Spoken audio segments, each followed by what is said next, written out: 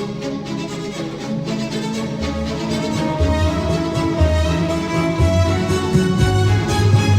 live play.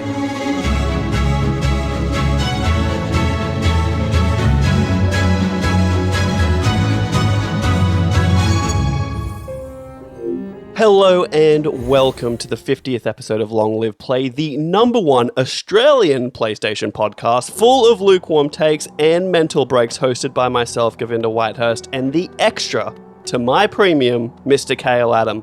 If you like what you hear, you can and should review us on Apple Podcasts. Leave a written review. It is much appreciated. Or you can follow us on Instagram and Twitter at LongLivePod. We have a YouTube as well. We have a TikTok that's never been looked at, probably by either of us at any point ever. But you can find all that stuff on our link tree on those two socials. With that out of the way, Khayl, how you going? Optimistic. It's good to be here with you on this, the 50th episode. You said we couldn't do it. Not you, Govinda, the straw man that I'm retaliating against here. You said we couldn't do it, and we did it. We're here. We've made it to the half century. You know why? Persistence. No, it's just because, I don't know, being the #1 Australian PlayStation podcast, it really was up to us to, like, pave the way for any other Australian PlayStation podcast behind us. Obviously, all of them are behind us, but any of them. And if we were to stop now, we instantly are no longer #1 Australian PlayStation podcast. You know what I mean? Govinda, heavy is the brow that bears the crown. We do not take this responsibility lightly. Sometimes we do. I definitely do. Yeah, most of the time, in fact, actually. Very lightly. You deserve better content, and we will not give it to you. We will not deliver. This is all you got from this deathly island that we live on. And there will never be another PlayStation podcast from Australia. We talk a lot of shit, but this is a good show. Like, I listened to, like, several other gaming podcasts, or I used to. For, you know, there's some shit out there.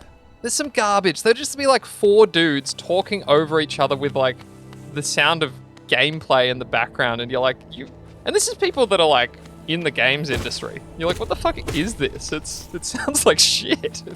Yeah, look, if we use this as a bit of a retrospective, this is why I took quality of audio to be an important factor when making this podcast. You showed me a podcast a while ago as like, oh, we could do something kind of like this a little bit, and I was listening to it, and I was like, I actually can't listen to it. It's such poor quality audio that I just, to me, I'm turned off almost immediately. And I know not everyone is like me, and you'll suffer through some atrocious stuff in terms of quality, but I can't do it. It was the right call. I remember when we were getting this together to start, like, we actually delayed by, it was more than a month just to make sure we had the same gear and that it was higher quality, rather than starting out with something and then upgrading later. Like, at least it's consistent from episode 1. Yeah. Well, not really. It took me, like, probably, I want to say 5 to 7, maybe 8 episodes before I actually nailed down I don't know, it's not mastering, but, like, I put effects, or not effects, but I put things over this to cut out, like, hum and buzz and whatever, low pass filters and all this shit. And it took me a little while to find a bunch of filters that worked well. I don't think it's perfect, but I'm at the point now where I just don't know what I'm doing necessarily, and I'm not an audio engineer, so it's good enough, and it's better than most of the drivel that's out there at the moment. The dregs, the fucking detritus. The one thing that we're really lacking, that I'm hoping in the near future you'll be able to resolve, is we're lacking any real star power, and I'm hoping with your new foray into said gaming industry, you'll pull some listeners. That's what I'm hoping for, and if you don't, I'm going to need you to start doing a little bit more around here, bud. It's no pressure at all, but the problem is that I try and get people in, but once they see behind the curtain, see that there is nothing there, that there is emptiness, that there is sadness, I just don't know how many will stick around, you know what I mean? That's what I'm worried about. Yeah, look, maybe we need to spin this more positive. I don't know if we can, though. 50 episodes down, let's say at least 2 more to go, because if we don't hit the year, that'll be disappointing. But I guarantee nothing after episode 52, you know what I mean? That could be the series finale. Who even knows at this point? Did you ask how I was? No, I asked how you're going, which is very different. Pretty good, I gotta say. I stayed up a little too late, so I'm that was a bit of an issue, but I bounced back. I've bounced back and things are looking good. Cool story, dude. That's so cool. Wow. This is what people come for. I don't know what you want from me. I give you fucking, I'm buying a house, I'm giving you all this big life stuff, and you're like, no, but how are you going? What do you want? Yeah, dude. What do you want? Not what are you doing, it's how are you going. It's like you don't even understand Australian. I don't understand. There's how you're going, what are you doing, and then there's how you're going. So how you going? Yeah, Give me an example of how you going. Look, let's be honest, today I had a lot of work to do. Tasks were popping in like crazy, and I went to do this and then immediately realized that one of the main databases I need to do any of my work was just not working, and so I essentially have just taken an unintended day off today, which is not good for me, because if it comes back online tomorrow, my day tomorrow and Friday is going to be dirty. But look, I'm going pretty good. Chilling. Pretty good. Going pretty good. So there's a music festival at the end of the year called Falls Festival, and the lineup for it just got announced. And being 32 years old, in my mind, I was like, I can never do it again. But I saw the lineup and I was like, oh, I want to do it again. But I'm old and I refuse to camp on site. Oh god, I'm so past the age where I'm gonna go and set up a fucking tent around a bunch of other people. Not. And for anyone that's not in Australia and doesn't understand how hemispheres work, at the end of our year, it's summer. Yeah, and it's like a real summer. It's not like your American summer where it's like, this is real shit. People die. Look, let's not shoot down American summer. I know Arizona gets pretty hot in summer. Texas, California, they're all pretty warm too, dude. The whole country isn't cold all the time. Like, what do you think? We have the Simpson Desert. I'll put the Simpson Desert, the center of Australia, against anything that goes on in Arizona any day of the week. Any day of the week. Look, Arizona's short, but like, what if you go down to like Florida? That's as close to the equator as we are. No, we are Florida. Closer. Florida is just Queensland. We're already doing that. We live in that right now. Yeah, we are upside down America, and that's why we are Florida, because we're... Anyway, doesn't matter. I'm good, I guess. No, wait, I had a point, and the other thing isn't... Remind me, is Falls Festival the one where people go to intentionally spread chlamydia? Is that where that happens, or is that... Wait, what? More information, please. What are you talking about? What is Falls Festival? It's just a music festival, dude. They usually do it over New Year's. So what they do with Falls Festival is they run 3 festivals simultaneously in 3 different locations, all with the same lineup, and all going over New Year's. So New Year's Eve is the Saturday night or the final night, Sunday night. I don't know how the festivals work anymore. And then, or actually whatever night it is, I don't know if it's a Friday, Saturday, Sunday, because New Year's isn't always at the same time every year. But somehow they do this like logistical nightmare of having bands like fly to the other festivals, so that all of the lineups are all mixed up. They're not the same lineup timetables, obviously. So every venue has a different New Year's act, and the one that we would be going to would be the Arctic Monkeys for New Year's Eve. I was going to ask, is this more of a little ping festival, or is this more of a little fucking chill out how you going festival? No, this is less of a Woodford and more of a Splendor in the grass.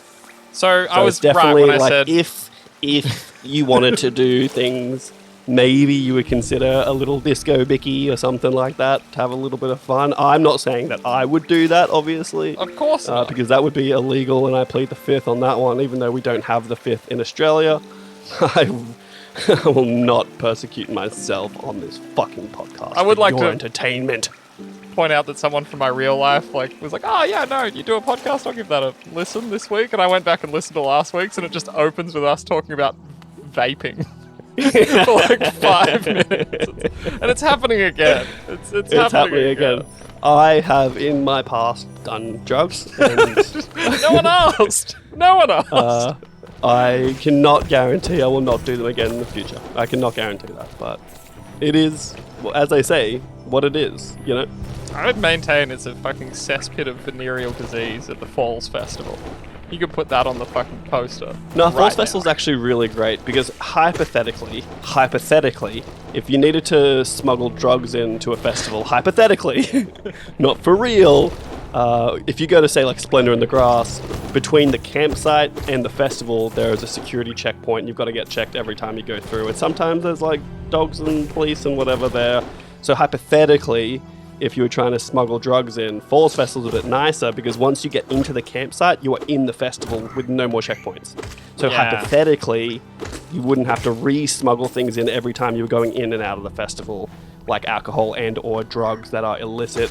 Hypothetically, if you were doing that, not saying that I would, obviously. The whole thing just gives me low-grade anxiety, just thinking about those people. And then there's COVID. Like, what are you doing? They're like having another spike down there. You're just going to get COVID again. It's fine. No, it's not. I feel like the more you get COVID, the less intense it's going to be every time. So I'm looking forward to round 2 for me because I think it's going to be less bad than round 1.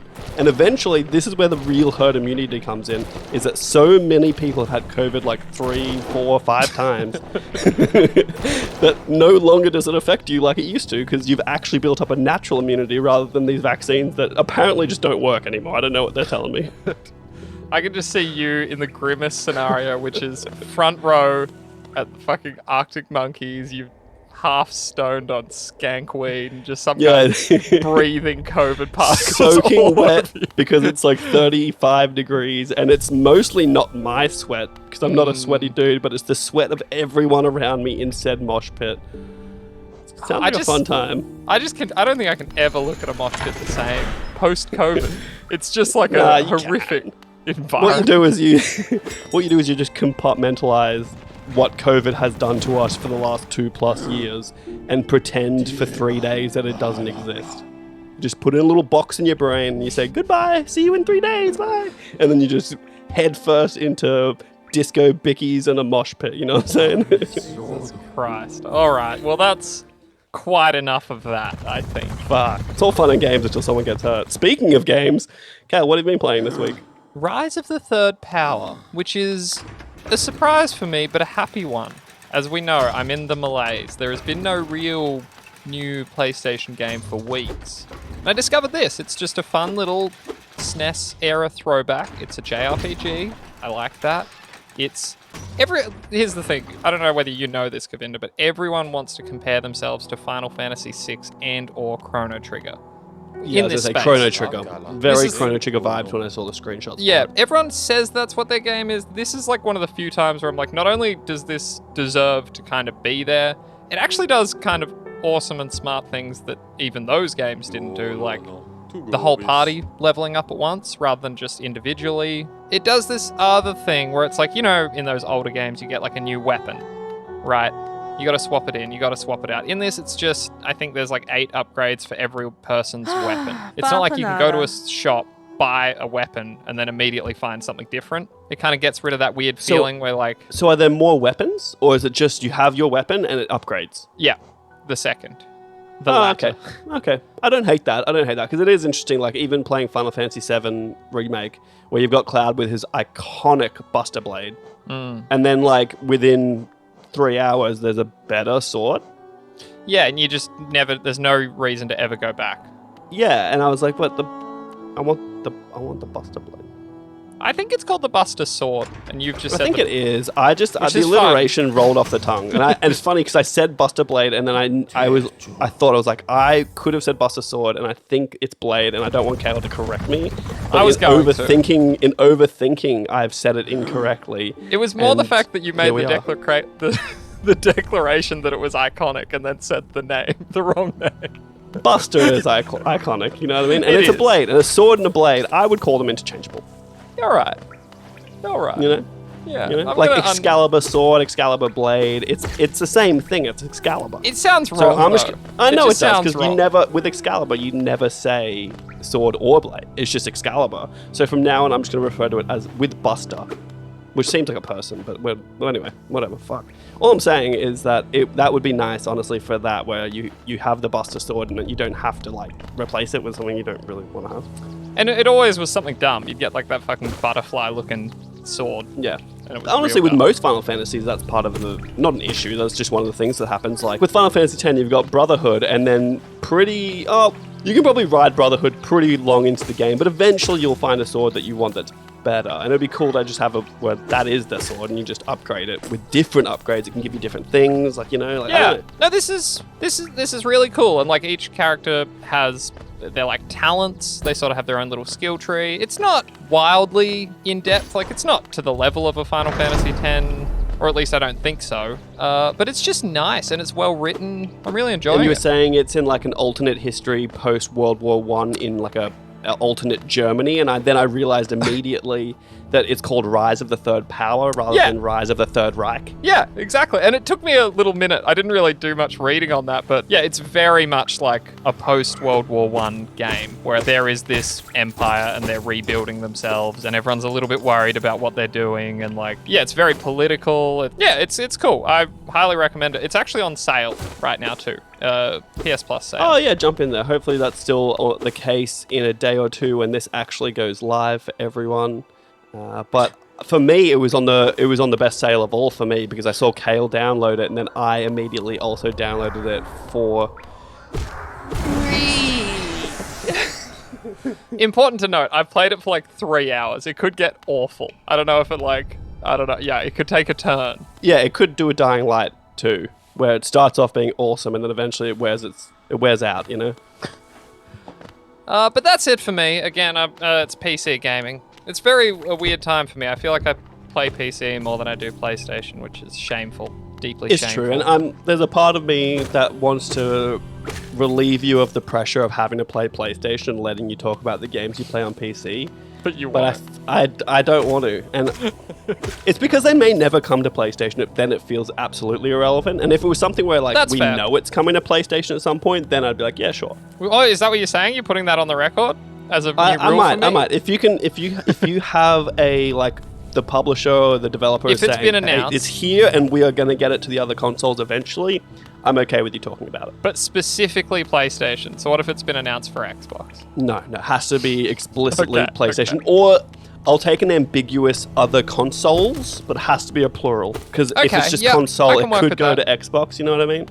This is but huge speaking for of me. PC games, I know you This want is to. huge for Speaking me. of PC games, in the lull that we are currently in, because it is honestly It's pretty grim. it's no man's zone right now, like no man's land. Fuck, I Yeah. can't talk, dude. It's hard. It's all that fucking monster It's energy hard, drink. dude. You're sucking It down. is. My brain is going quicker than my mouth, or one of the, what's or the other way. Fuck me. Anyway, speaking of PC games, I went back to Disco Elysium because I don't know, I just did it. It's got crazy reviews. People love it. I just went I back love to it. it just to see how it was like.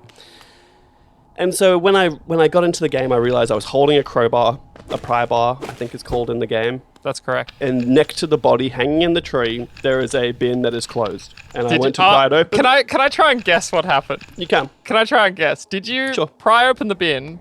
You were sifting through things and you touched something so disgusting that you died. Is that what happened? No, it's not actually. It was more of me being a dum-dum than anything that's happened in the game. So, firstly, I had to put a skill in so I could use the pry bar because my physical ability was very low with the character that I created. So I put a skill point in there because I was just I ended up talking to like the other detective for ages, like Kim. For Put some so respect long. on the an shut up. I played it for like an hour. And so I was talking to him for so long, and I was like, oh, I found heaps of new shit, whatever. And then I got a level, and I had a point I could add, and I put it into there. So I was like, oh, now I can open this bin up and see what's in the bin, because obviously it's next to the body. There's going to be something in there.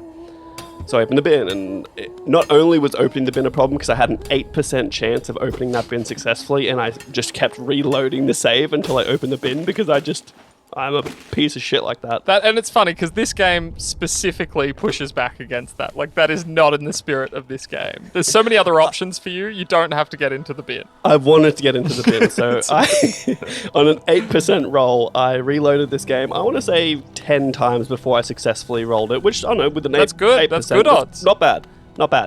And then I did that, and then I found heaps of stuff. Like, there's so much stuff in that bin. I found so many, like, things. I found my clipboard that had all of my case notes from all of my other cases, right? How fucking sad is that when you, like, start to realize, like, that's the creeping dread of this game when you realize, like, what a piece of shit your character is and, like, how far he's fallen, like, and you only learn more and more as you go, like, Oh, dude, I was going through every case note that I had. I went through all this stuff. And I was getting like a few levels out of it because I was like doing things, whatever. And I trawled through all this stuff. And this is probably, I hadn't moved at this point. I stood next to this bin for probably an hour. I'm going to say maybe an hour and a half talking to Kim and going through all these case notes. And like, I did knock on a door actually and spoke to a bunch of people on the, because I was literally buzzing every apartment in this building until I got someone I could talk to.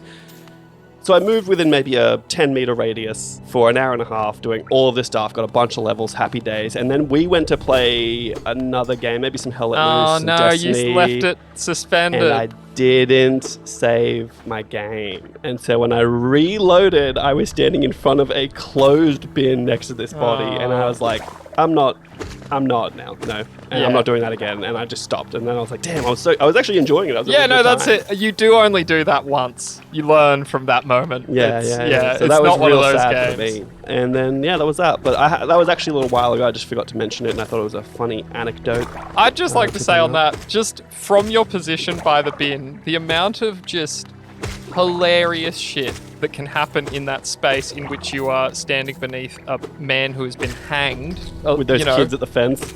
The fucking shit that can go down with Kuno. I can't remember the girl's name. But like some of this, like, did you get the body down? Because you cannot. I haven't gotten the body down. Yeah, I've had a few times where I've just been totally lucky and I've got it down on the first day, and it like kind of changes everything because you really just, once you get the body down, you can learn so much. But like look, even just opening that bin, I learned a lot because like you find the clothes and stuff that it was wearing, and like you get clues as to like somewhere else you can look, because that was something that I think maybe one of the reasons I stopped playing is I was like, where do I go? And that's why I felt so compelled to open this bin when I was there. So I was like, I have to, because I don't know what else to fucking do right now. Just again, I had such an incredible interaction with that where like you're trying to get the body down. You can do a few different things. You can like throw rocks at it. You can convince Kim to pull out his revolver and let you try and shoot it down, which you can do. I've pulled that off as well. I've tried. I remember trying that. I just couldn't. Anything I tried was a failure. So I just didn't. Well, just my favorite part though was I've had it where I've failed, and with your different parts of your mind, like talking to each other. Kuno, the little fucking shit kid, the street kid, he asserts his dominance over you, and like the way it manifests, it's like your ego starts beating you down as well, because you're like, holy shit, you are a loser, dude. And there's this whole thing where you need to like, it's insane. You can go to his house and do speed with him as well. Shay, spoilers, dude, spoilers. Anyway, I just thought I'd mention it because it was actually like a couple of weeks ago, but it was worth mentioning because, I don't know, fun game. It was annoying. Maybe I'll do it again. It's just that hurt. It's a great so game. I want you to bad. try again. There's so much great things. And then I've dabbled in Final Fantasy VII a little bit more. I'm probably at about 5, maybe 6 hours into it right now. I'm going to reinforce my score one more time just because it feels like a game that they stretched. You know what I mean? Like there's a lot of the stuff that you do that feels like they're just stretching it a little bit. And I'm only 5 hours in, but I can just feel that. And anyway, that's fine. I tried from the start, so starting with hard mode. First of all, you can't use items in hard mode, which is so rough. It's so rough. And it's immediately hard because it expects you to have just... You can use them out of combat? No, not at all. Oh, so you just don't use items at all? No items. You need to very carefully manage your MP. I made it to the boss. Like, I got through like the first few encounters, but again, I'm kind of coming back after not playing this for 2 years. Yeah. And that first boss, I tried it like 4 times and was like, I can't deal with this.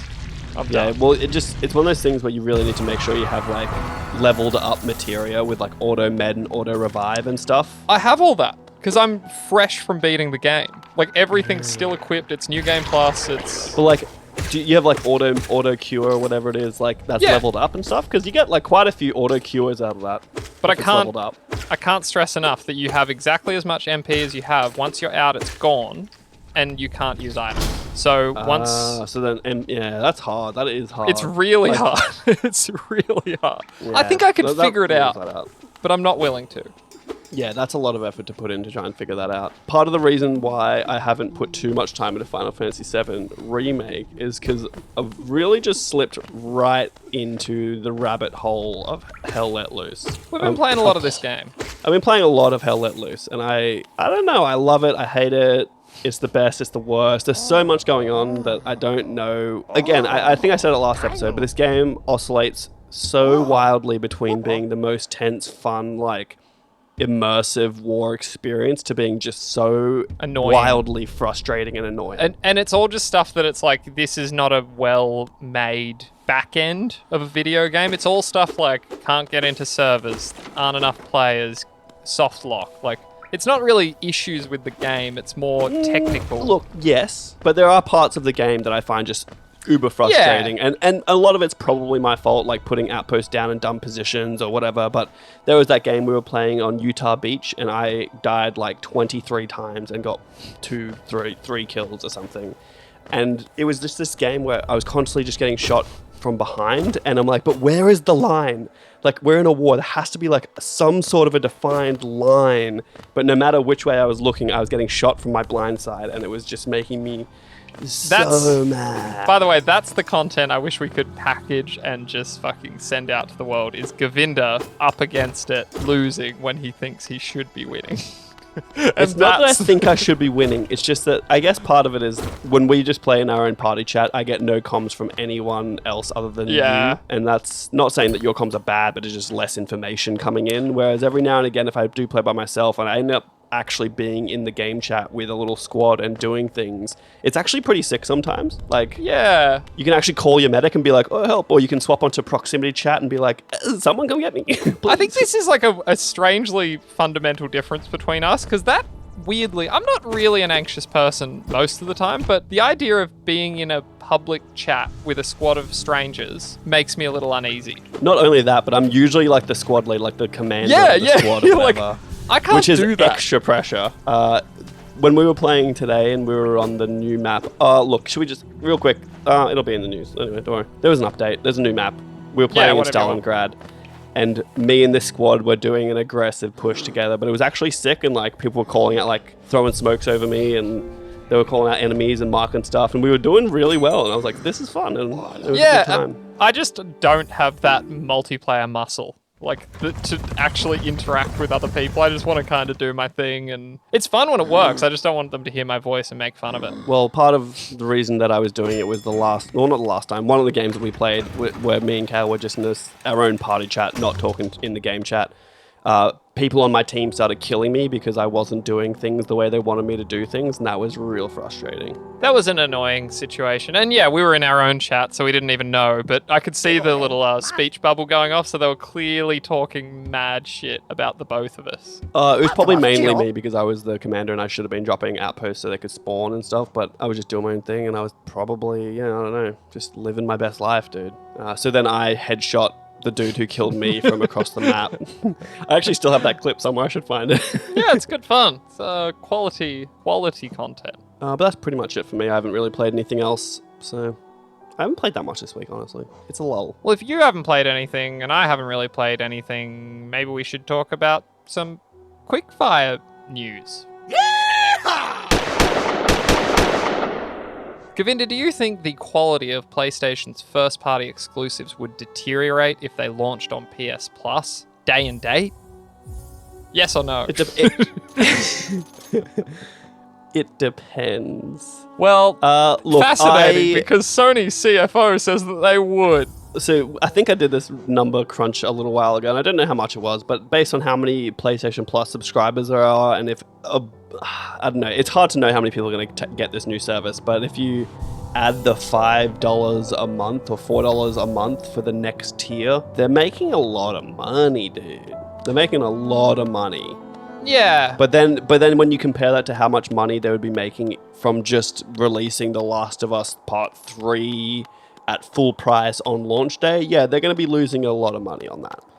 Well, specifically, Sony CFO Hiroki Totoki is talking about the quality, like as in, Well, the whole mentality is that if you don't make enough money from a game, then you can't invest as much money into the game. And that's where the quality loss will come from, is that like, well, we can't treat them the same if we're not being able to put that amount of money into them again.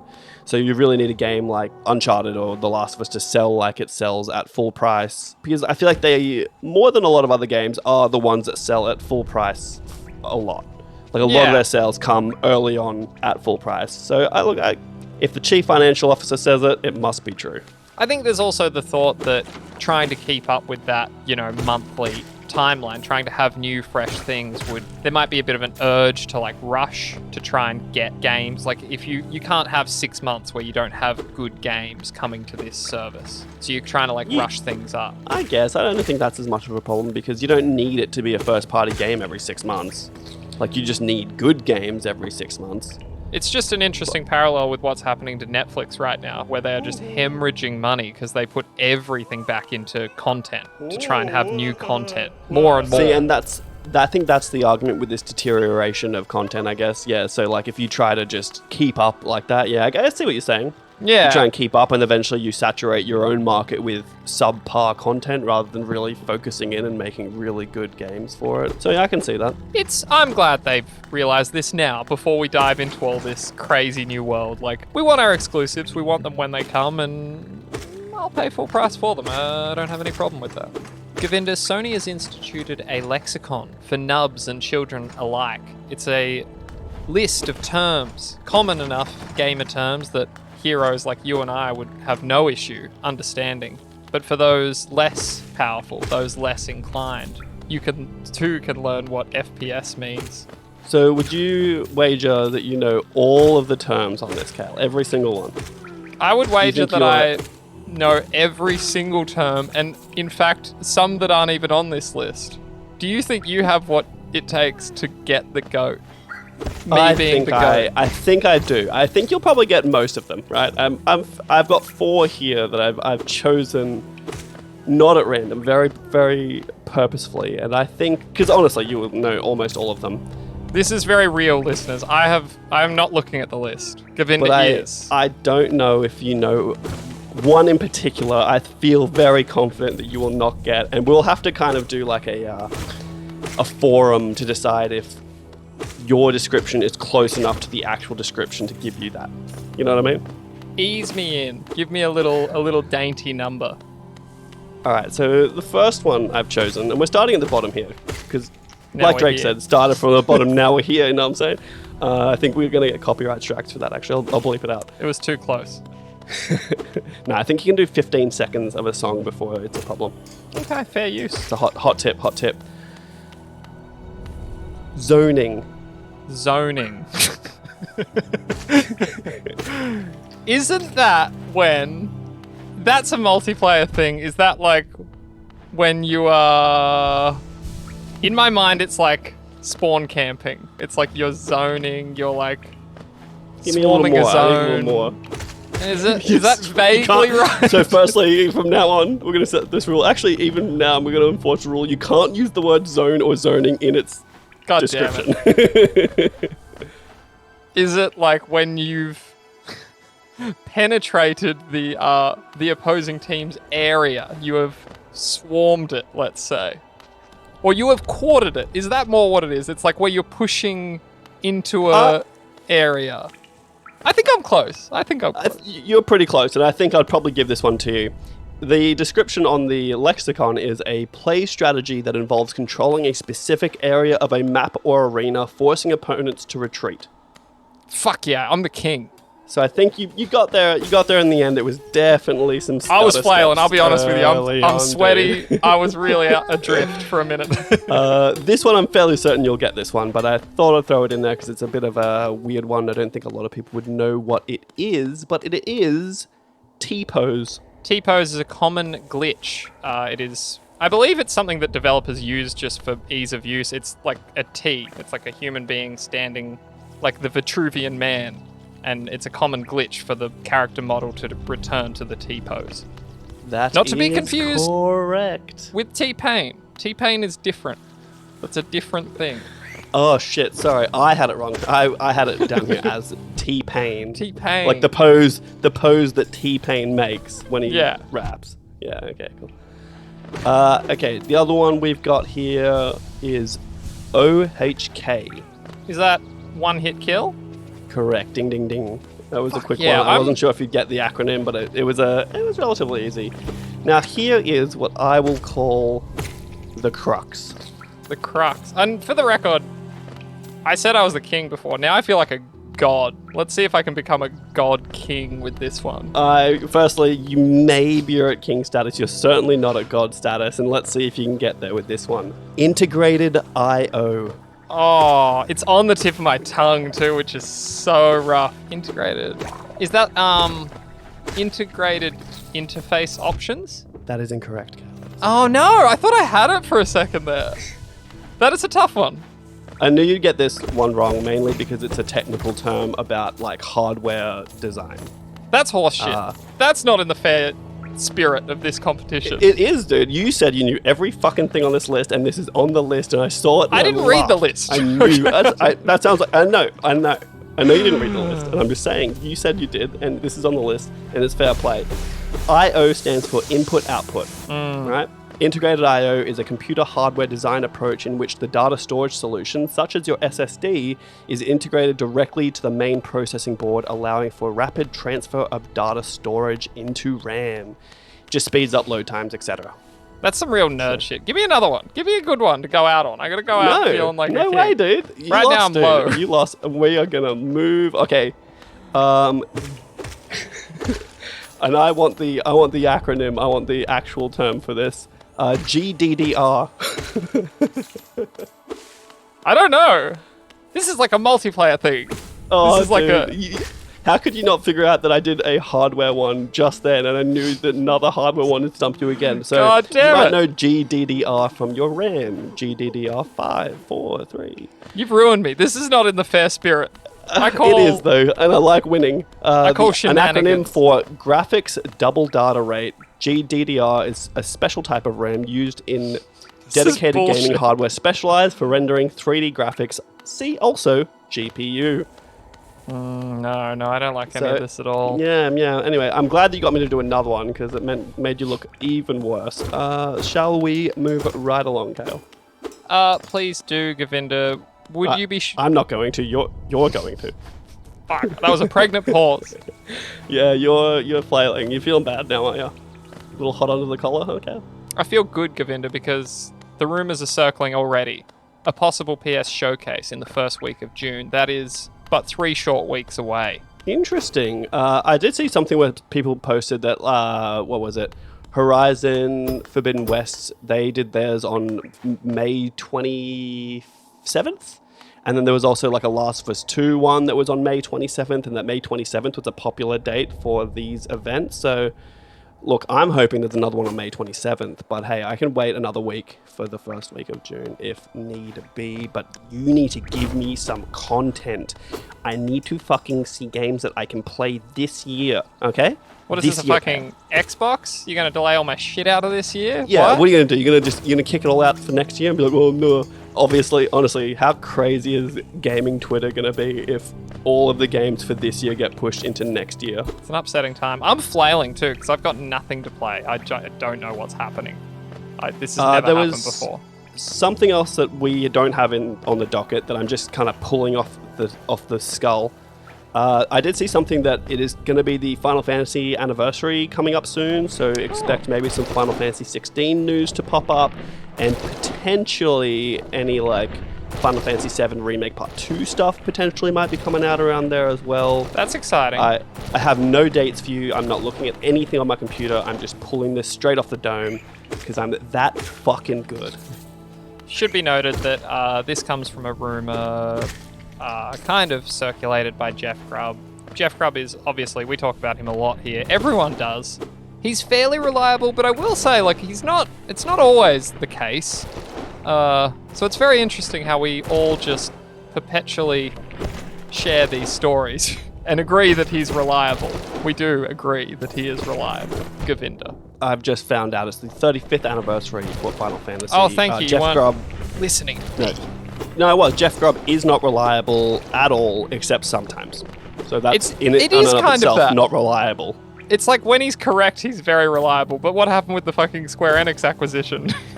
That rumor was like percolating for a little while, and that never happened.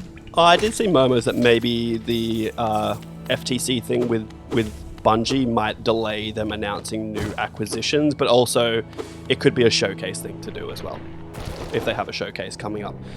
The one thing I'll note for the Final Fantasy thing is I thought it was a little bit sooner than this, but the anniversary is on the 18th of December, and that'll be the 35th anniversary, so that's quite a while away, and hopefully we hear about Final Fantasy 16 before that. It's going to come out this year, dude. That would be crazy. It's fucking 7 months away. I thought we were talking about, like, we're going to find out next week or something. I was hoping. I'm as shocked as you are. I guess I'm not that good, you know what I mean?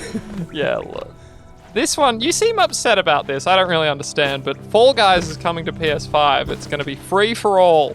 Why do you care? Well, I just thought it was funny. Like, rip anyone that paid for it. It's like Rocket League. Like, rip anyone that paid for Rocket League. Yeah, and okay, it free to play. Like, that's brutal. I get the spin. Fall Guys is pretty fun. I was telling you, like, I reviewed this game when it launched. I was like playing it in an early access thing. I didn't really expect it to hang around Yeah. this long. I think it's the accessibility of the game being super easy. You have like 2 buttons. Yeah, I Children can play it. I haven't thought about this game in like a year. But I guess it just has been kegging along. Mainly because like I'm more likely to win like a Warzone Battle Royale or a Fortnite Battle Royale than I am to win Fall Guys, and that really frustrates me as someone who's played games for the last like 20 plus years. Like, it doesn't make any sense to me that this game feels unwinnable to me. The one that gets me is like, I just got a bunch of trophies. There's like a bunch that are really easy to get, but for the platinum, I think you need to like come first in these 60 fucking free-for-all matches. You need to come first 5 times in a row. Regardless. In a row? That's impossible. And like the random nature of that is so insane. Like you might just have someone fall over in front of you and you lose. Like, imagine if you're on a 4 streak. That's what I mean. I've gotten to the last 2 many times and I just somehow botch it and something bad happens to me and it's just like the platformer below me falls out but not them, and that just feels like a bad luck and it's not me being bad. Anyway, I'm just so that is just flashing back, having some warm memories. I'd actually like to go check that completion percentage, but Look, quickly, speaking of bad trophies that are seemingly impossible to get, I think going back to the Stanley Parable, there's apparently a trophy you have to play an entire Tuesday. I've seen that. Yeah, I saw that. What a weird one. That one apparently no one has gotten. It's because very like how do interesting. you can't really fake that. The only way I could imagine is that you turn it on and you make sure your PlayStation never turns off and you just leave it on all Tuesday. You could do that where you like sort of rubber band your stick, so you're just walking around in a circle in the corner or something. I don't even know if you have to. I guess you could rubber band it, but that just feels like I'm cooking my PlayStation for no reason. Like you have to play it for 24 hours straight. There must be more to it, because I imagine someone would have gotten it if it was simply a matter of just keeping the game on for and moving. That's exactly it, and I think it's the one trophy that there's 0% on. Interesting. So yeah. Anyway, another one. No, move on. This one's a real quick one. It doesn't really matter for anyone unless you care about it, because I've already got my sleek, sexy black beast over here. But there is new DualSense wireless controller and PlayStation 5 panel colors coming next month. We have a Nova Pink, a Starlight Blue, and a Galactic Purple joining this Galaxy-inspired color offering. So according to some teardowns, these new DualSense controllers have more powerful springs. So like the issue with the back triggers snapping seems to have been resolved, but the black controllers that you and I have are not a part of that redesign. It's just these new ones. Yeah, surely there will be. It'll be like a new SKU of these controllers, and as new ones are getting made, all the black and the white ones and the red ones are going to have the same sort of quote-unquote upgrade. But hey, it was never my triggers that were the problem. It was my stick, my stick drifting that was the problem, and I don't think they're going to fix that other than sending it to PlayStation for a week for them just to replace it. But I'm like, can you just replace it? Thanks. We alluded to it earlier, but Hell Let Loose has received a new patch, at least on the PS5 version, and it's quite meaty, Govinda. Girthy. Meaty, baby. Even. New maps, new weapons, new vehicles, and a whole new country. It's We're everyone's favorite country. Do you want to join the Russian army? Because you can in this video game. They've added 2 new maps in Stalingrad and Kursk, and they've also upgraded Saint-Marie-du-Mont, if you're French, or Saint Mary Dumont, if you're not French. If you are not. To a V2. What the changes are on that map, I actually have no idea. And they've added different, I guess, scenarios for other maps. So you have a US offensive on Foy, a German offensive on Hill 400, a German offensive in the rain on Purple Heart Lane, and a German offensive in Carentan. Bunch of new weapons. Obviously, a lot of them are for Soviets. There's also a new vehicle, which is pretty chill. The half-track for like the Soviets, US, and Germany, which seems like a spawn point if you've ever played. I don't know. I'm falling down the rabbit hole. I'm talking a lot of shit about this game. It's very... Spawn points and tactics and stuff. This is where my mind goes when you say that kind of thing. It's very interesting that you can tell when these battles are set depending on who is on the offensive. Because it was only really the first half of the war where the Germans were on the offensive. And if they're defending, it's gonna be like 1942 onwards. It's the downhill. That's true. That is very true. And you can see like the US offensive on Foy is probably towards the end because obviously the US weren't in the war in the beginning and stuff. Yeah, okay, fair enough. Fucking history, guys. It's crazy. Take that shade, Americans. Govinda's saying Australia was in that war from day fucking dot. Well, not day dot, but you know what I mean. Early. Much earlier. I didn't mention Australia at all, dude. I'm just saying the they weren't there, subtext, dude. I was reading. It's just a real I was thing. reading the Japan really subtext. screwed up the war for Germany, didn't they? Germany screwed up the war for Germany, Govinda. Well, they did. Why'd they attack the Eastern Front? What a silly move. It was a silly move. They essentially had an ally in Russia until they decided to fucking... No, they officially had an ally in Russia. they stabbed them in the back. Yeah, they officially had an ally, and they still decided to split their army in two and fight on the Eastern Front in aggressively home ground advantage for Russia. This is one lucky listener's opportunity to take this all out of context and just, it's us opining how the Germans lost the war. That's what this sounds like. Well, no, nothing like that, obviously. Hitler was a bad person, but crazy. Like, yeah, crazy real like convincing how there, close they were to winning if they didn't make a silly mistake. There's so many. It's so fascinating if you really go down the rabbit hole of like how things could have been different. Great. If you're interested at all in World War II, great Netflix documentary, World War II in color. Really good. It is good. It is really good. It goes through very like day by day, not day by day, but like very sequentially what's happening, where they've got a map overview where you can kind of see where everyone's going. It's very good. It's a bit dry if you're not into it, but the fact that it's in color makes it way more appealing. It's pretty. So on that note, Govinda, it's time for some throat clearing. We discussed amongst ourselves that it's unfortunate we live in this time and place where everything is a fucking major issue all the time. We have to talk about the Jim Ryan abortion situation. And I know this makes you hesitant, Govinda. I know this makes you clench. I know this No, not hesitant. It's not hesitant. It's just putting in the news we care about felt wild, being that it's...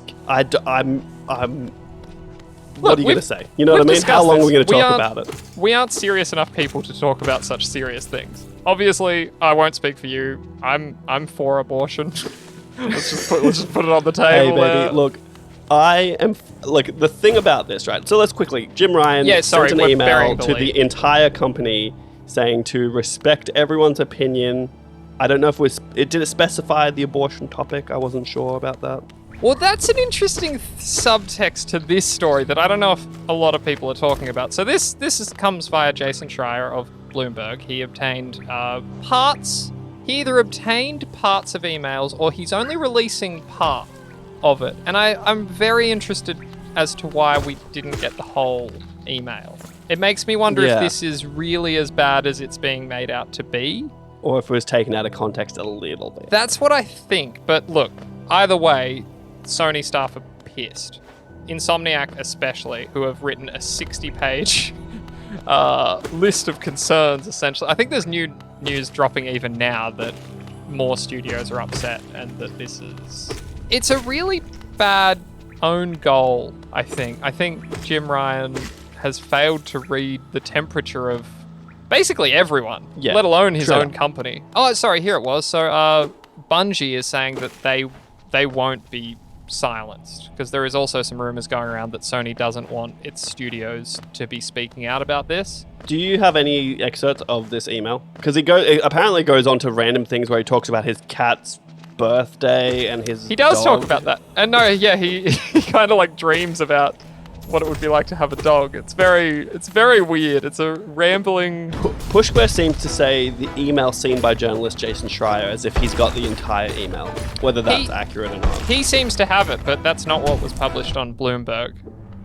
Yeah. For whatever reason. It could be any reason. I'd like to see all of it. So the email... multifaceted. Sorry. Again, we got. Yeah, I was gonna say, can you get in there? Yeah, we got sidetracked. So what he was essentially saying is he respects all opinions on the subject, and which is kind of a middle of the ground approach. Which, unfortunately, on this subject, for context, we'll just read what is presented here. So the email, seen by journalist Jason Schreier, but not republished in its entirety online, said that the company is, quote, multifaceted and diverse, holding many different points of view, end quote, and that we, quote, owe it to each other and to PlayStation's millions of users to respect differences of opinion among everyone in our internal and external communities, end quote. It continues, respect does not equal agreement, but it is fundamental to who we are as a company and as a valued global brand. So look, it's hard, because I wonder, obviously there's conservative people that work at Sony. You don't want to piss them off, but you're also pissing off the more liberal ones by doing this. It's like you cannot win. I like the bit where it says, Ryan then went on to, quote, share something lighthearted to help inspire everyone to be mindful of having balance, end quote, including a story about his pet cat's birthday and his desire to one day own a dog. How did that email get to that? It's so bizarre. Now, the one thing I'm going to say about this is if this email was sent 2 months ago, just out of the blue, it wouldn't have raised any eyebrows. Yeah. But the timing of this email is where people are going to get upset. Because I think the idea of like, hey, respect everyone's opinion, everyone can have their own opinion, that in and of itself, without any context, is a good thing. Yeah. But as soon as you put like heavy politically charged context into it, that's where people start pushing back. This is like just weirdly another one. I fucking hate to be this guy, but this makes me so glad to live in Australia. That's what this makes me. Like it's crazy that this has happened in America. It's very difficult for this to happen in Australia. We've had this shit locked down for like decades at this point. Yeah. It's not in danger. This can't happen that easily. I think where I fall on this spectrum is like, look, I'm all pro-choice, baby. Let's do what you want to do with your body. That's awesome. But I don't necessarily begrudge anyone for having a different opinion than me. Where I draw the line is like, you shouldn't have any say over what I do with my life. Like, you can do whatever you want with your life, and that's awesome. I do love this, because it is like, it's quite a deep, unless it affects someone else, right? That's where that line is drawn. Why does what I do affect you in any way? That's kind of my mentality with things. And so, look, if you want to be pro-life, that's your choice, and you can do whatever you want. Same way, like, if you want to believe in God and religion, that's your choice, and you can do that. But don't change what I do because of what you believe. Consider this, then. This is the argument that people would level at that. You and I own homes. We live next door to each other. You're trying to sell your house. It's a nice house. And yet, I sit on my front porch and inject heroin into my arms all day. I'm doing what I want, and you're doing what you want. But what I'm doing is affecting your ability to do what you want to do. But that's not what this would be, right? It's not. This is a different thing. Sorry, that was not meant to be an equivalent or something. Just as an example. No, I'm with you. I get what you're saying, right? And I know that my blanket statement there's probably nuances that doesn't always work in, but like, I think specifically when it comes to like, I'm going to pierce my ear and get tattoos because I want to do it. And in no way will that affect you. But that's the thing. Very reductive, but... Because there is that weird perception. You're like, again, in the house scenario, well, now you've got this tattooed, pierced person hanging around the house. Does that raise or lower property values? It doesn't matter. Like, at that point, you have no control, right? That's right, yeah. Shooting up heroin, that's one thing, and I would maybe at least talk to you and be like, can you please shoot up inside your home? Like, please. I'm begging. And this is all I can do is ask you, like, can you maybe not do it here? But again, it's your property, and at the end of the day, if you want to shoot up heroin on your front porch, you can do it, and that is what it is. And you're making the right decision to probably move at that point. But hey, anyway, what a tone-deaf email to send at a very bad time. And there's part of me, I've always said Jim Ryan's a dog. I've been saying it for a long time. He's a dog. Not the good kind of dog. No, like he's a not. Dog. And I feel like PlayStation or Sony kind of already feels that people don't like him that much, and that's why Herman Hulst seems to be kind of on the forefront of PlayStation, like the face of PlayStation almost. So here's me hoping that maybe, just maybe, this could spell the end of the dog. Well, it is interesting though, because isn't Herman Hulst like the head of the first party now? Maybe that's why he's more visible. Well, probably, but also I think he's just like he's probably in favor more because he's been within PlayStation for so long at Guerrilla before he became what he is today. He's more sympathetic as a creative. We've talked about this before. Jim Ryan is a suit. Herman Hulst is a creative. Exactly, he made an incredible He comes video from a creative side and he made great games for us. So, Yeah. if I saw Herman Hulst take over as CEO, I wouldn't be disappointed. Just saying. Just saying. He said it. Jim Ryan's a dog. Let's just gingerly back away from that segment. In less politically charged news, Govinda, images of a new Silent Hill game have leaked onto the internet via a insider who goes by Dusk Golem. Now, we know these are real and that this is a fucking thing because within hours, all the images were taken down as part of a copyright strike. Konami moved swiftly and did the one thing they could do to confirm this outside of confirming it, which was take legal action against anyone sharing this. Is pull them down immediately. The quicker they're pulled, the more likely it's all real. Yeah, Dusk Golem actually, he goes by Aesthetic Gamer 1 on Twitter, in case you want a good fucking follow right there. He had his account locked, presumably because of pressure Due to the copyright strike or whatever. Yeah. So this is, and you know, I don't know that you are a Silent Hill fan. To be fair, they're too scary for me. But this is interesting. Yeah, I was going to say, have you ever played Silent Hill? I've never played a Silent Hill game. I've just seen the first movie, and I just know about Pyramid Head, and that's all I know. The first, I don't even know if this is cool amongst the community, but I think that the movie is awesome. I love that movie. I liked it, but it was just kind of almost too scary for me because I was young at the time when it came out, and Pyramid Head was very terrifying. I've dabbled a little bit. I know a little bit about the series. I've played 2, and my older brother, of all people, and you know that he is not the most hardcore gamer, I watched him play through all of 3, just on PS2. Nor is he the most, like, horror... No, it was a very weird situation, but horror. It's a fucking terrifying video game. I would go so far as to say they're some of the scariest games I've ever played. They do just crazy shit. Is there something about, I don't know, maybe it's just getting older as well, but when we played Resident Evil 8, that we played? Yes, What, that's Resident correct. Evil? Yeah, okay. Yeah. When we played that, like, it was scary until I got desensitized after about, like, 4 hours or so. And I'm wondering if this will be similar, where I'm just like, oh, this is hella scary. And I'm like, oh, okay, well, it's all right. It's a game. There was almost something like, because of the time and place these games came out with, it was almost scarier because they controlled like shit.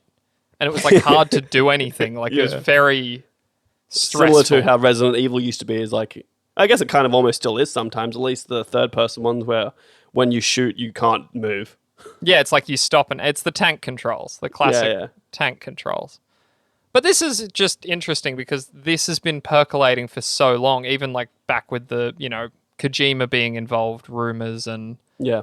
So it seems like we're on the precipice of some kind of official announcement, but who knows when that will be. Well, who knows when, but when we know, you'll know, at least on the Friday that we know, you know?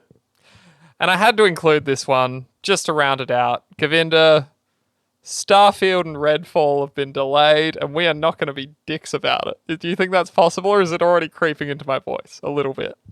It is creeping into your voice. It feels like you want to be a dick about it. Look, Redfall does not appeal to me at all. I'm going to be real clear about it because it's done by Arcane and the games just don't do it for me. Deathloop was the closest I've ever been. I was like, I thought you liked that game. I did like Deathloop. That's what I mean. It's the closest I've ever been to be enjoying it, but like moving away from Deathloop, I don't think about Deathloop and I never finished it. And Dishonored just doesn't do it for me, and I don't know what it is. I think we spoke about it a while ago when Deathloop came out, but I can't tell you why I don't vibe with these games. Starfield, on the other hand, it will probably be pretty sick, and I'm pretty sad about that one still. So the thing for me is, like, I loved Prey. That's about the only Arcane game I really took to. So I don't know, that Redfall could be a thing. Weirdly though, I've got nothing for Starfield. I don't care that we're not getting that. I don't care. I don't care until I see it. Well, that's it, isn't it? Yeah, that is. I don't care until I see it. And if I see it and I'm like, this looks so good, then I'll be like, damn, that's a bit disappointing. Honestly, I'm more sad about Obsidian being owned by Microsoft than I am about Bethesda, because I think Bethesda was waning in. Oh, for sure. When you think about it. Like, even, 76 was obviously a train wreck at launch, but even Fallout 4, which we disagree on, that was not a slam dunk when it came. It sold really well, but like... Oh, of course. It was the Fallout... It was coming off Fallout New Vegas and Fallout 3, which were both huge for Bethesda.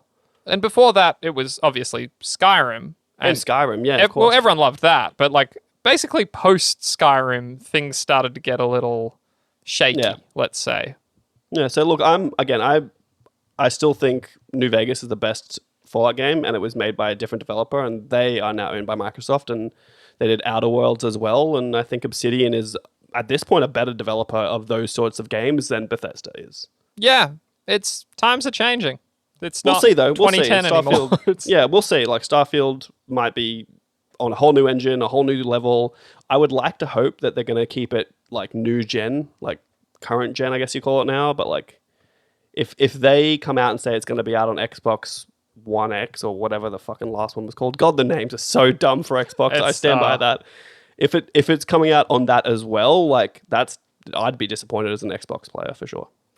Well, that's kind of what we're dancing around. And I don't want to be a dick, even though I am, but fucking hell, it's looking grim for Xbox right now. It's not much better for us. It's not much better for us. I still think that we'll get either Final Fantasy 16 or God of War this year, if not both. I think that's still a possibility, and that'll be pretty chill. And God of War, all we need is God of War for it to be worth it.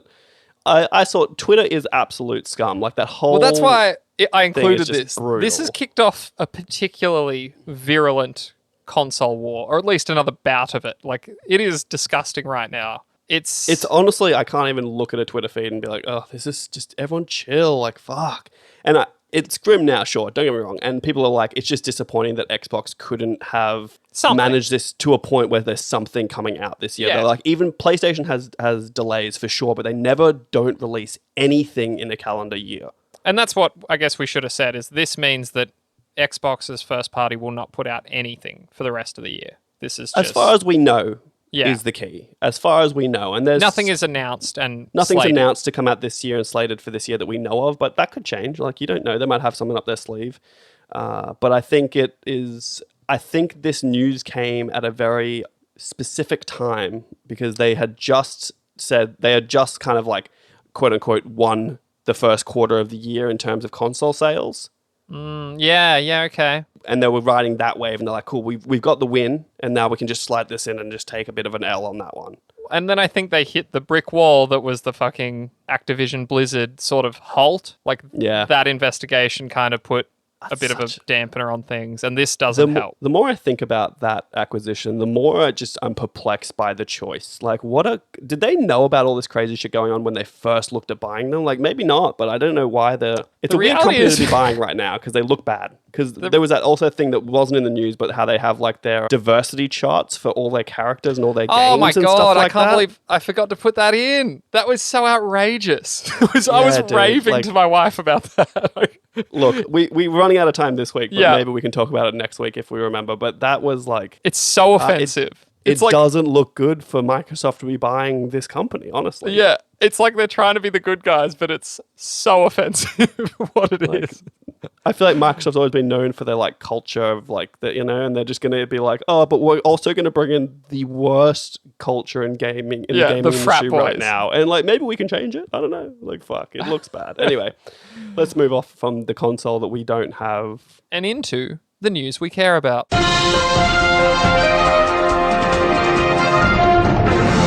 Sony has finally lifted the lid on its upcoming PS Plus service, trademark Long Live Play podcast, giving us thirsty ponies a look behind the curtain.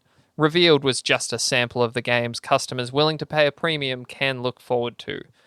The premium tier will offer PS1, PS2, and PSP titles, and Sony has revealed how these older titles will be enhanced on PS4 and 5. Selected titles will have features like save states, a rewind functionality, and even improved frame rates and resolutions. PS Plus Extra and Premium tier subscriptions will have their game list updated on a monthly basis, sometime during the middle of each month. The number of games coming and going will also vary month to month. No word on trophy support for older titles as yet, although it is possible this could change. Trophies were introduced a year into the PS3 life cycle, so who knows? Give it a few months, Govinda. Settle down. Settle down. It's important to note that, again, as Australians, we don't get PlayStation 3 games in this, so I've omitted them from the list. But the list is, again, it's not everything, but it's a pretty big list. And I think important things to note on this list, there's like 150 games announced of apparently 700 if you have the top tier PlayStation Plus.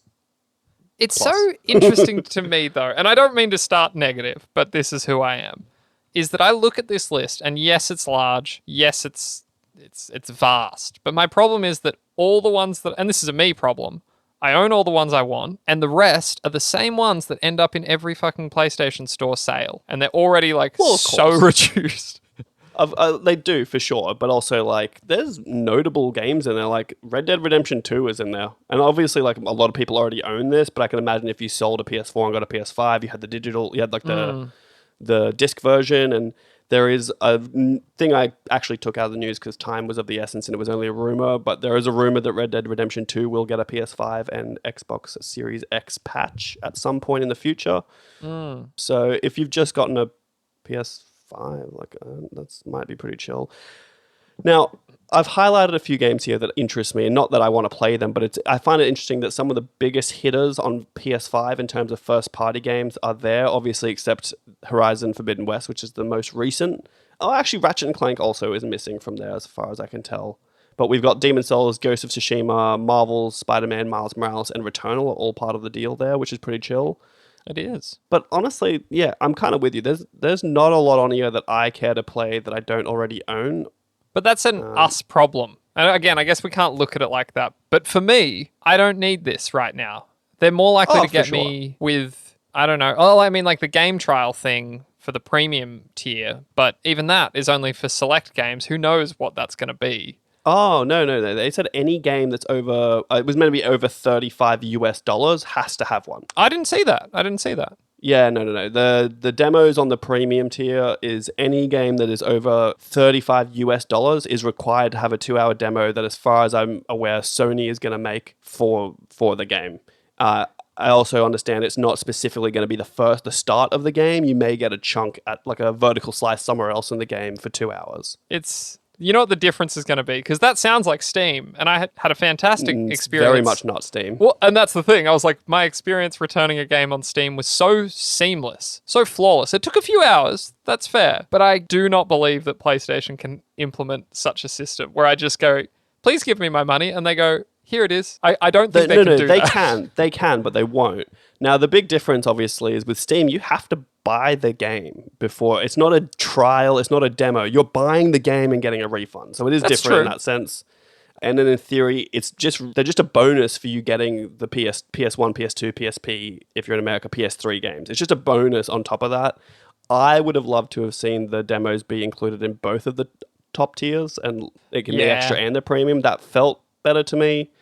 But there's really not a lot here that I care for. If anything, I saw Worms Armageddon, one of the PS1, PSP games, and I was like, that is the Worms. That's the ultimate Worms game, and that's always good fun.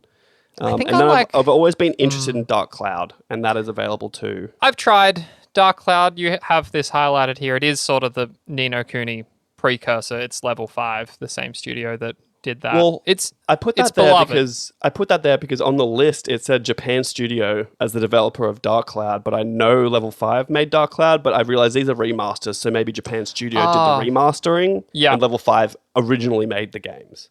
For me, and again, I own it, but I think you might actually be interested in Rogue Galaxy, which is put up there as any top 10 JRPG lists right alongside Final Fantasy X. For PS2, it was incredible. Yeah. It's a really good game. And I also saw, where is it? Wild Arms 3, which interests me as well. It won't. Is that the I bought bad it. one, though?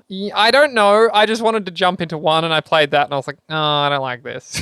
For some reason, I think that Wild Arms 3 was just not the one to get, but it is what it is.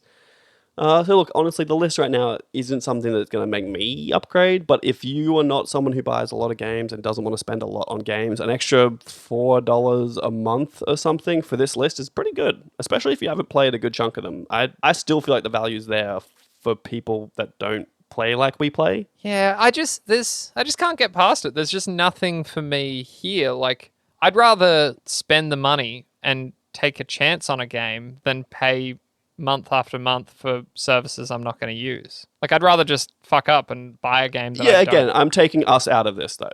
Yeah, that's for it. For me, I don't care really about this list. Again, I've played everything that I want to play. The PS1 and the PS2 games I have on here aren't that compelling to me right now. No. Like, I don't know what the driller is, but I don't really care about it. Jumping Flash sounds pretty average, as does IQ Intelligent Cube. But hey, again, if it's something where you're like, I don't want to buy a game anymore and I just want to pay an extra $40 a year and have hundreds of games, this is what this is for, right? Imagine you're a parent and it's like, that's what's appealing. It's like, you can buy a PS5, they're expensive. You buy one subscription, but your kid has 700 games that they can play. Yeah, and you were going to do a subscription anyway, so it's like a little bit more, but not much. And you get demos and like, I don't know, I just think there's definitely a market for it. And for some reason, I feel like online there is this like slant that this is a bad offering. Yeah, I don't get that. This is like a wild people feel offering. disappointed by it. And I'm like, no, I think at the end of the day, you're not getting day and date first party exclusives, but they'll get here eventually for sure, as we can already see. But it's also like, you can still buy them day and date. You know how you've always done it? Like, you know how you've always done it before? Like, you can still do that. For sure, but it's also like, I don't know, again, like, I always use Sean because he's the best example of it, but like, he does not buy games new day and date ever. Yeah, so it doesn't and I really respect matter to him that he that he doesn't get games day and date, but now he's got access to these ridiculous games for a fraction. Like, again, I think it's like $4 a month more that he would pay, maybe not even, like $3 a month he'd pay more to get all of these PS4 games and PS5 games essentially for free. I'm very jealous of that experience. Like, imagine him just like firing this up. I don't know if he's played it or not, but you just have BioShock Remastered. You're just like, oh, what's this weird game? I've tried to get him to play BioShock and he didn't. He has a very unique flavor of games that he likes. And what was that one typically game? not the big AAA games that we would play. He listens to this and he's going to hate this. But what was that one game that he just fucking played forever? And he had the man and he would get the armor. And you'd get hit and you'd lose the armor, and he would just play it forever. And it was like... Maximo? Yes. That one. Is that the one? Get the armor, Yes. lose the armor. Is that what it is? Is that a thing? Was that... I'm badly remembering Maximo was from... a game where there was no saves, I don't think. And you literally just had to start from the beginning and just cop it. There was also the one that was Guardians Crusade on PlayStation 1, which is actually a really great RPG. Maybe that's what I'm thinking about. You don't lose the armor. Guardians Crusade is where you're just this knight trying to take this random little creature back to a tower where it potentially belongs, where its mum is, but you got to do all this stuff. The thing that I'll never forget about that game is that all of the enemies are in the overworld, so it's not random battles, you see them, but they look like little sperms. Oh, okay. Tadpoles to some, but I would call them little sperms. Sperm and on the mind, yeah. The color of their eyes dictates the difficulty of the enemy. So like blue is easy, they'll usually run away from you. Green is like a standard enemy, and red is like you're in for a rough time. And then you have these little living toys. Honestly, Guardians Crusade, it's a great game. I love that we've just waffled down this memory lane. But again, I just don't know where he found these games. Because I don't know where they came from. We found them when we were young and we would go to like his local video store to rent games. And Guardians Crusade was there, I think. But I played it myself. It's a great game, honestly. You get these little it's almost like a Pokemon vibe too, because you get these living toys that you can use in battle that have different abilities and stuff. Honestly, I stand by it. And if we can see in a PS1, PSP games, if Guardians Crusade pops up, I can guarantee you Sean will get this service. Yeah, right. That's a lot. I think he owns it on disc actually, but I still think he will get this service for that specifically. Oh, Jesus. Hollow Knight. What are you talking about? That's such a good game. Yeah, but again, it's a PS Vita game. For me, same with Dead Cells. Like it just feels better either on a Switch or on a Vita. That's a handheld game to me. Same with Celeste. But anyway, Cal, we have been here for too long, and I have places to be. I got to go back to work at some point, so fuck me. Sucks to be you. I think I'm going to go see if I have Hollow Knight on PS4. Maybe download that shit. Yeah, you suck. Anyway, this has been episode 50 of Long Live Play. I've been me, Cal's been him. Maybe get this PlayStation Plus if you like. If you don't, then don't. Shut up. I don't know. Fuck. Stop yelling at me. Oh, yeah, we do whatever you want, man. You want to email us? You can email us. longliveplaypodcast@gmail.com. Send us an email. Say whatever, fucking follow your heart, man. Settle down, Jim Ryan. Do whatever you want. Do whatever you want. I accept Kale's differences. You know what I mean? Thank you. It takes... It's not as different. No. Key differentiator is I don't accept your difference of opinion, though. I will never accept that. I accept that we're different people, though. You know what I mean? Okay. But your opinion's always wrong and I'm always right, and I will enforce that upon you. Still waiting for your glorious plans for our 52nd episode, Govinda. My glorious plans? You keep saying my podcast. The good people. You keep you not promised my, the good. You keep saying quote unquote my podcast in reference to your podcast. So I think that means it's on you to come up with the 52 episode special. Let me think about it. Okay. Daddy's got you. No one get their hopes up.